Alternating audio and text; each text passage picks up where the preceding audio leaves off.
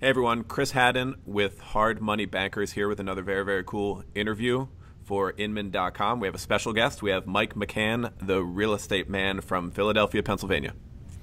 Hello, Chris. How are you? I'm doing great. Thank you for taking the time to be with us. In case some of the audience isn't familiar with your work, would you mind giving us a little bit of background on yourself and your career? Sure. I am Mike McCann, the real estate man. Berkshire Hathaway, Fox and Roach Realtors. I'm based out of Center City, Philadelphia, downtown Philadelphia. I handle residential homes, condominiums, developments, and investment properties.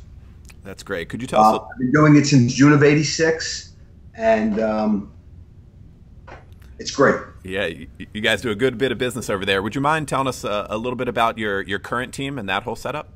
Sure. Yes. My team has grown into 6 full-time administrative assistants, and I call them life sentences because I've had my assistants between 2 and 20 years. And 2-year ones, they'll be here 20 years from now. I build a team for life. You try to hire properly. And then I have 18 full-time agents. Some have been with me 20 years, some the newest ones in the last year and a half or two. So 18 full-time agents, 6 full-time administrative assistants, and myself. And you guys are rolling through a good 500-600 transactions a year, something in that range? Yeah, last year we did about 795 transactions. 800, so that 770 transactions. So that's been pretty consistent in this up market. In the 10, 11, 12, 13, we were doing 500 or 600 a year, but we're up substantially. Got it. Yeah, very, very serious volume. And my team wasn't as big then. I think I had 4 assistants and 12 agents or something like that. Sure. Yeah. Definitely a good amount of volume going on over there, which is in all likelihood why you were asked to speak on the panel at the Market Makers event in Philadelphia a couple months ago. It was organized by our business partner here at HMB, Ian Walsh, and Mike said a few things on stage that caught my attention and prompted me to do this interview. One of them was, now, tell me a little bit about the fact that you've always approached your real estate business as using your agent commissions to pay your bills, save money, fund your life, all of that, but recognize that real wealth was going to be built through acquiring real estate of your own. Absolutely. And that's the first thing I did early on in my career, and that's the first thing I coach my newer agents in coming in, is I always let them know, listen, the first year or two, we'll see if you have what it takes to make a living. But you're not going to really make a good living. It's going to take you. I kind of under-promise and over-deliver. So I kind of like, it's going to take you a year to make any money. But once you start to make money, you're going to invest in real estate. This is what we do. We make our living selling real estate. It pays our bills. It pays our mortgage, our car, our clothes, our food. I said, but the goal is to become independently wealthy. And what I tried to do in my career was every year since 1988 was when I bought my first investment. Buy 1 or 2 properties a year.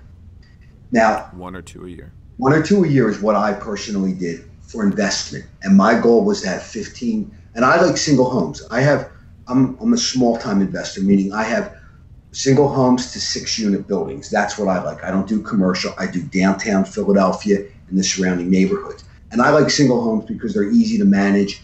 They're easier to sell. They appreciate typically more. So since 1988, I bought 1 or 2 homes every single year. And then in good years, there will be times where we'll buy homes, clean them up, and resell 1 or 2 a year and make another $50 or $100 or $1,000 a year. So those are the 2 things that I do. But I tell my agents, the moment you stop working, your income stops. But if you've acquired real estate and you bought 1 or 2 a year and you get 15-year loans, my goal was when I turned 50 to have 50 properties paid off. So I was buying homes since 1988. And I short term, I don't like to refinance and carry debt. I'm old school that way. And all I cared was the investment property I bought was in an area that was going to slightly go up. Could go up big time, that's great, but slightly go up. I felt it was going to slightly go up, and the rent covered my debt. I didn't need to make a whole lot. So if it was positive 100 or 200 a month, that was fine. What the goal was to have them pay the mortgage off. So In 15 years, that house would be paid off. So I was making a couple grand a year from the house, but it paid it off. And then I showed them, so if you wanted to, when you're 50, you could not work. You have 50 properties, and you're doing well.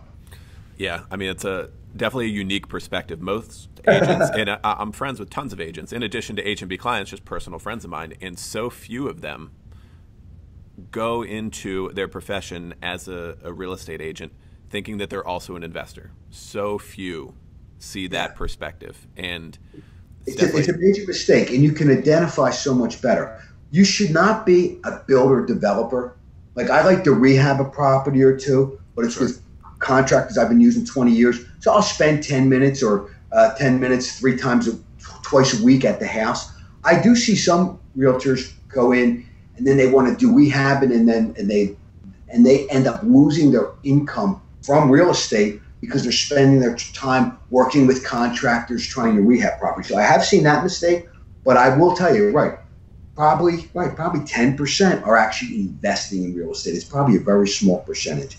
Agreed. But that's the first thing all of my team does. From the youngest people, they learn to invest in real estate.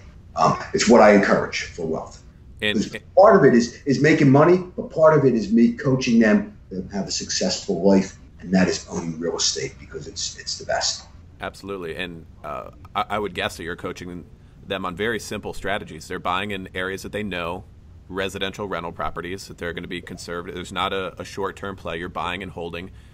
Yes. It's a straightforward strategy that's proven to work over the long term, and lower in the risk scale, right? Yes, that is correct. We work so hard, and we want to invest our money so that over time. Listen, some of my properties, the properties I bought in the 80s, in the 90s went down, but I didn't sell. My rents didn't change. And then that downturn in the 90s was way worse than '08. It was down for 7 years. But then by the late 90s, it went up. And by the early 2000s, it was worth 300-400% more than what I purchased it for. So you have those cycles.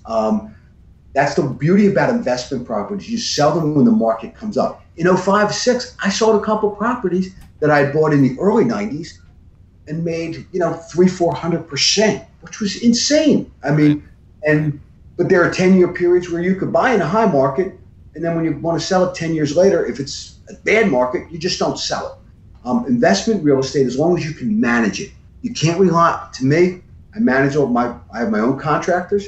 My wife pays all my bills. I manage it myself. I don't rely on a company to manage it. No one's going to care about their stuff the way that I do. Excuse me. Yeah. So that's the key thing about real estate investing. When I have sometimes doctors or lawyers or wealthy people say, I want to invest in real estate, I talk to them about management, because I have not found a good property manager, unfortunately, that treats that property like it's their own. If you drive by my properties, they're all in good shape. I have happy tenants. I have tenants with me 20 years, 15 years, 10 years. Probably none of them are less than 3 or 4 years. So I take care of the tenants. I have good looking properties, and they stay with me, and I have really no issue. But I do have a good contractor. I get an email, hey, Mike, the heater's out. Forward it to my contractor. He goes there, fixes it, it's going. So it's easy. So you develop a system to manage the real estate, unlike a stock. Yeah, for sure. We self-manage as well. I mean, I know there are some good management companies out there, but you're right. I mean, just a level of effort and care that goes into it does, if you're in the business especially and operating in real estate every day, it's something you can absolutely do. Yes. A couple things to make note of here, everyone at inman.com.